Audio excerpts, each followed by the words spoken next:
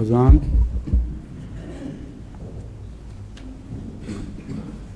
اللہ اکبر اللہ اکبر اللہ اکبر اللہ اکبر اشہد ان لا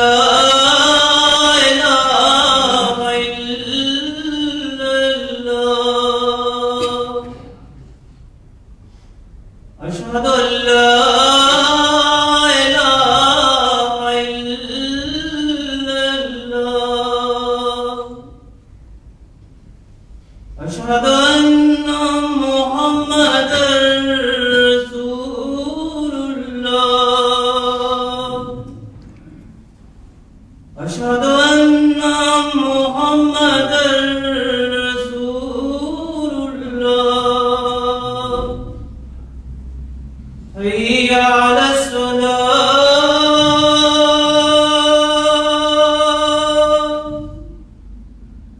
حي على الصلاة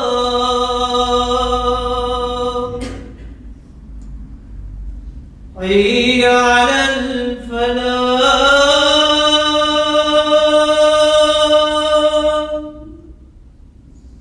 حي على الفلاح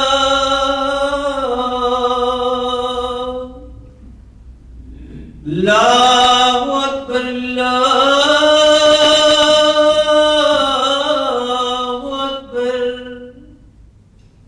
لا إله إلا الله.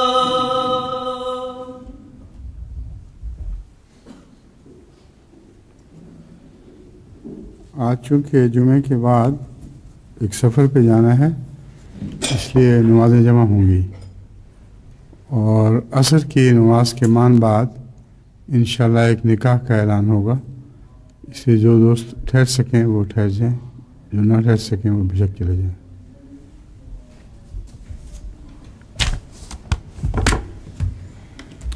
اشہد ان لا الہ الا اللہ وحدہ لا شریک لہ واشہد ان محمدا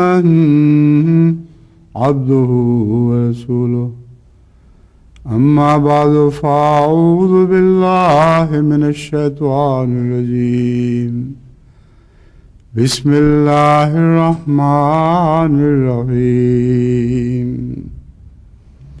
الحمد للہ رب العالمین الرحمن الرحیم مالک یوم الدین ایاک نعبد وإياك نستعين اهدنا الصراط المستقيم صراط الذين أنعمت عليهم غير المغضوب عليهم ولا الضالين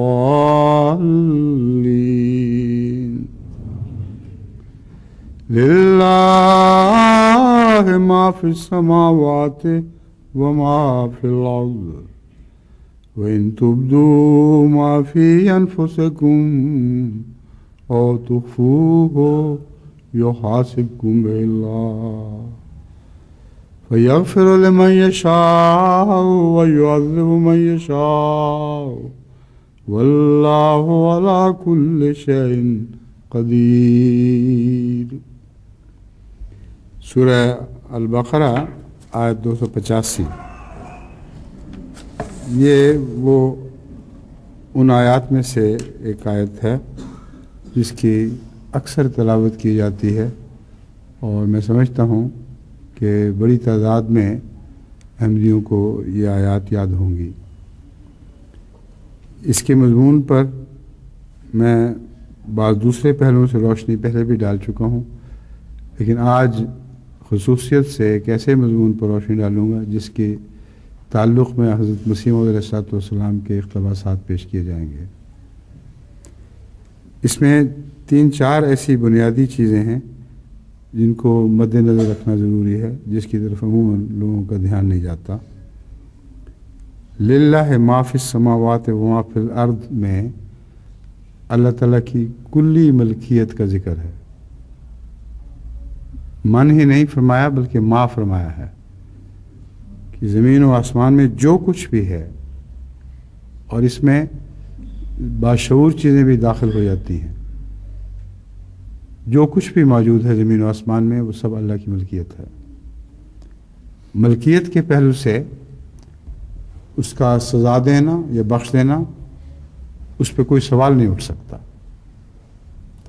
لیکن خدا خود، اللہ تعالیٰ خود کوئی کام حکمت سے خالی نہیں فرماتا، اس لیے وہ اپنی ملکیت کا استعمال بھی اس رنگ میں فرماتا ہے کہ انسانی نقطہ نظر سے دیکھا جائے تو عین برمحال استعمال ہوگا، اور اس میں انصاف کے تمام تقاضے پورے کیے جائیں گے۔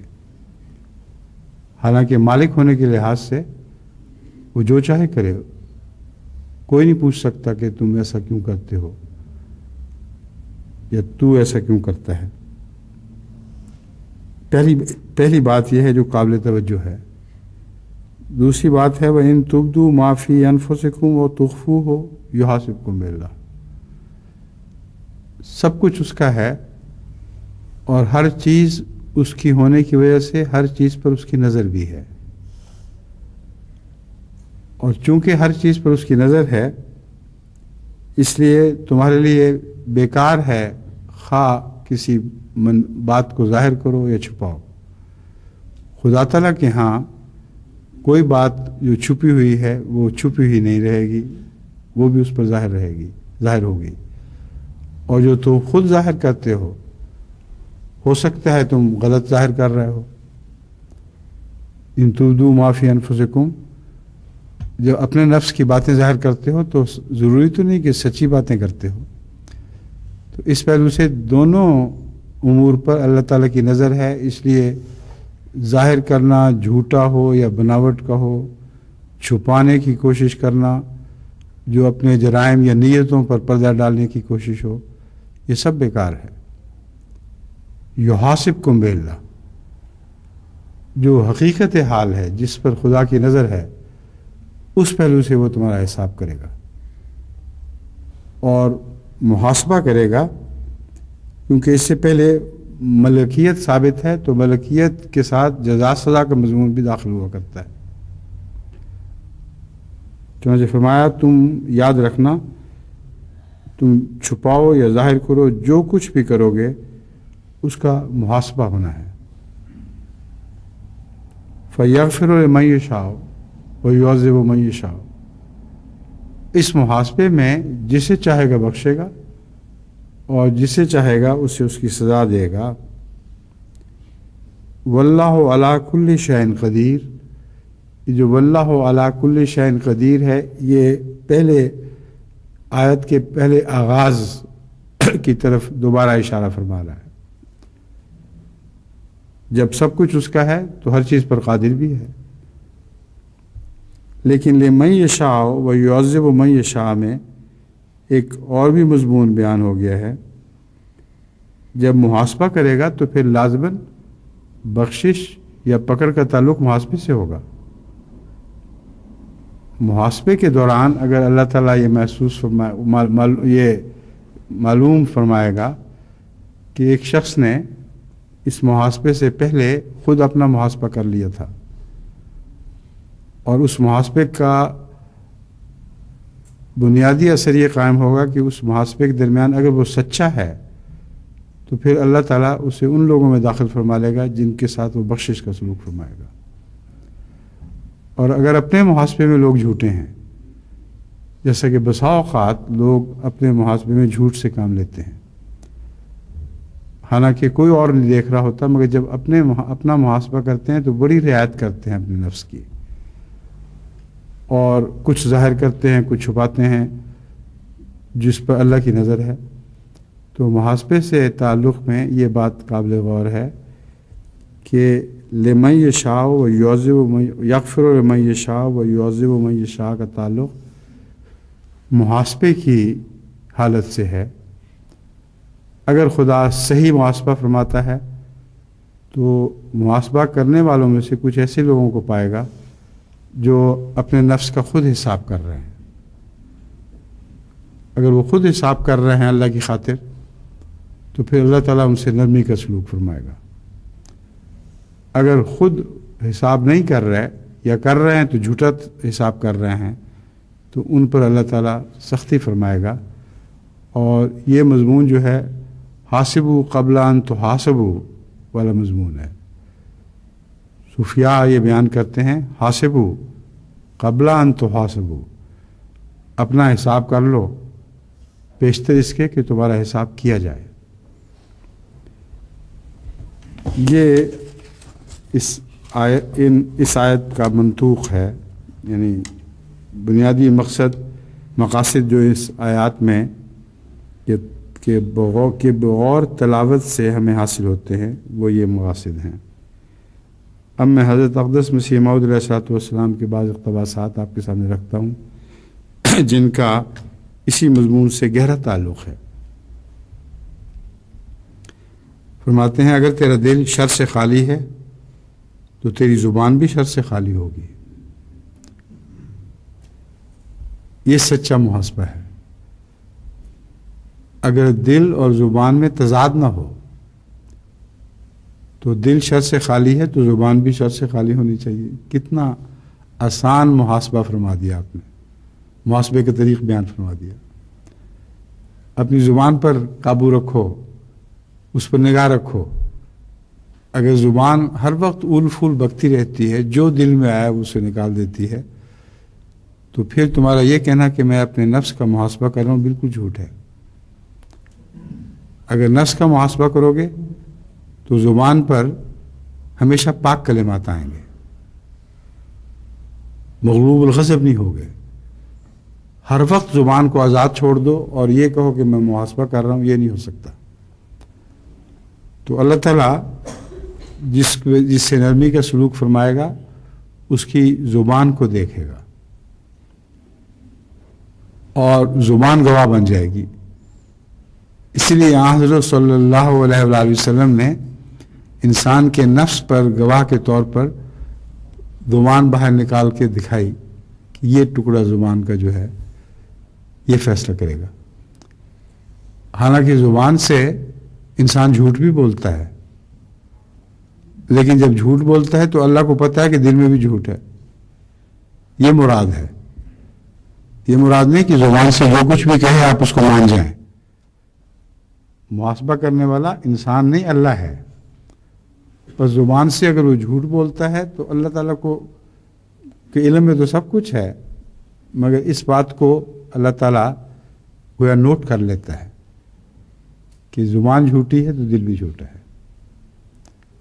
بس یہ معنی ہے حضرت اقدس مسیح موعود علیہ الصلوۃ والسلام کے کہ تیرا دل شر سے خالی ہے تو تیری زبان بھی شر سے خالی ہوگی، اور ایسا ہی تیری آنکھ اور تیرے سارے اعضاء۔ جب دل شر سے خالی ہو تو آنکھ بھی شر سے خالی ہوگی اور سارے اعضاء شر سے خالی ہو جائیں گے، کیونکہ دل میں نیتیں پلتی ہیں۔ اگر بھلائی کی نیتیں ہیں تو سارا وجود بھلا ہو جائے گا، اگر شر کی نیتیں ہیں تو سارا وجود شر سے بھر جائے گا۔ تو بظاہر ایک اجنبی سی بات تھی کہ ہم کیسے معلوم کریں گے، ایک مشکل مسئلہ نظر آتا تھا کہ ہم کیسے معلوم کریں گے کہ ہم نے اپنے نفس کا صحیح محاسبہ کیا ہے۔ اس مضمون کو اتنا سادہ، اتنا آسان بیان کر دیا ہے کہ کوئی تھوڑی عقل والا بھی اس مضمون کو تہ تک پہنچے بغیر رہ نہیں سکتا۔ کھلا کھلا واضح مضمون ہے.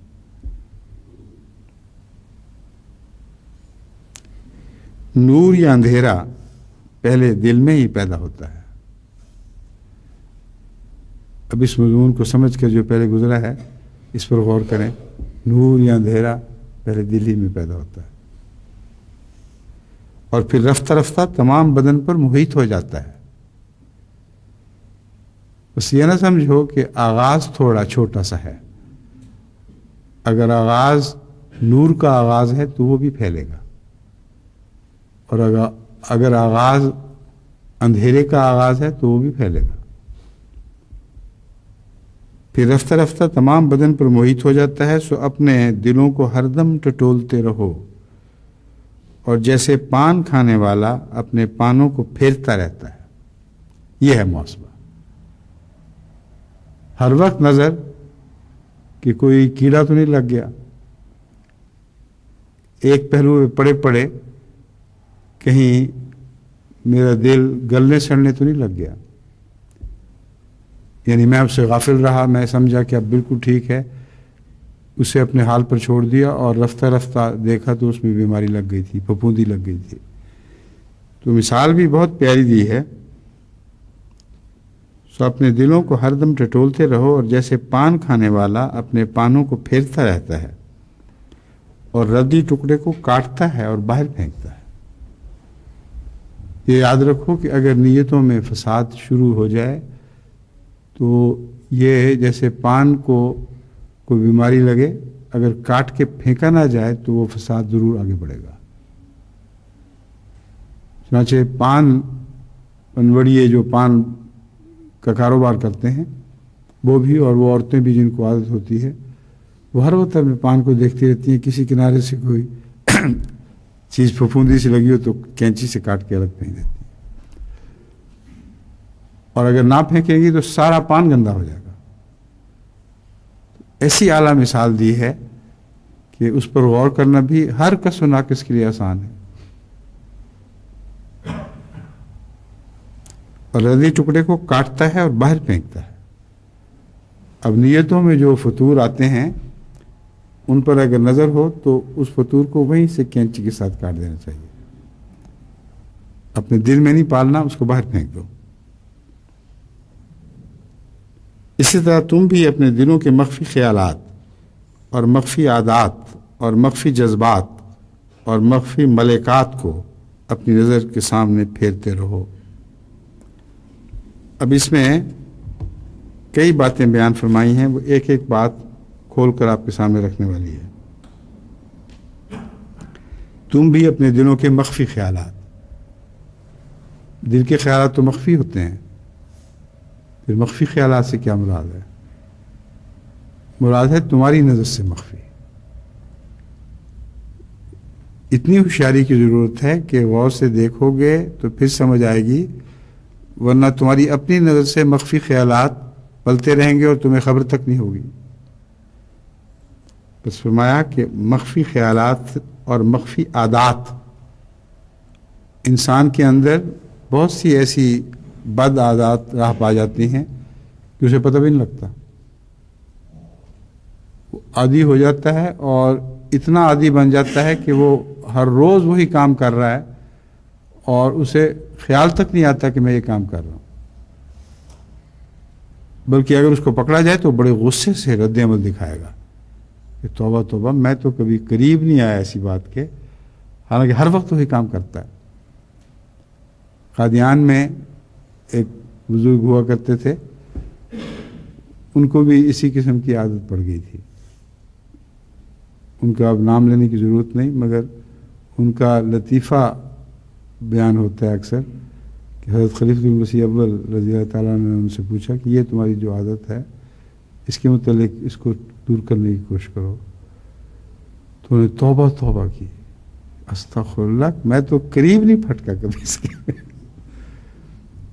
اور لوگ بھی پھر دیکھا دیکھی ان سے پوچھا کرتے تھے تو بڑے بڑے پھکڑ تولتے تھے اور کیا یہ رہے ہوتے تھے کہ میں بالکل گالی نہیں دیتا، بالکل گندی زبان استعمال نہیں کرتا. اور جب ان سے پوچھا جاتا تھا کہ آپ کرتے ہیں تو کہتے تھے